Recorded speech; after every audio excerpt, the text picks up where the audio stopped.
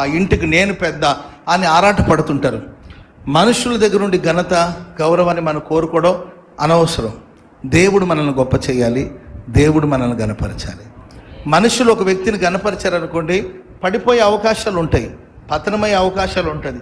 చూడండి, వీళ్ళే ఓట్లేసి ఒకరిని గెలిపిస్తారు, ఆ తర్వాత వీళ్ళకి నచ్చలేదు, మళ్ళీ ఇంకొకటికి ఓట్లేసి ఇంకొకరిని గెలిపిస్తారు. ఏంటండి, ఒకరిని గణపరుస్తారు, మళ్ళీ అదే మనిషిని కించపరుస్తారు. కానీ మనం ఆరాధిస్తున్న దేవుడు ఒక్కసారి గణపరచడానికి కోసం తన చేతులు చాపాడు అనుకోండి, ఆ చేతిని ఎవ్వరూ ఫోల్డ్ చేయలేరు అనమాట. ఆ చేతిని ఎవరు వెనక్కి లాగలేరు. ఆయన చేతి నుండి మనల్ని ఎవరు అపహరించలేరు. సర్వశక్తి గల దేవుడు మనల్ని గొప్ప చేయునుగాక. స్తోత్రం చెప్పండి గట్టిగా.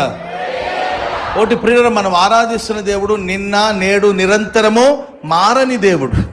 నిన్న ఎలా ఉన్నాడో ఈరోజు అలాగే ఉంటాడు, ఈరోజు ఎలా ఉన్నాడో రేపు అలాగే ఉంటాడు.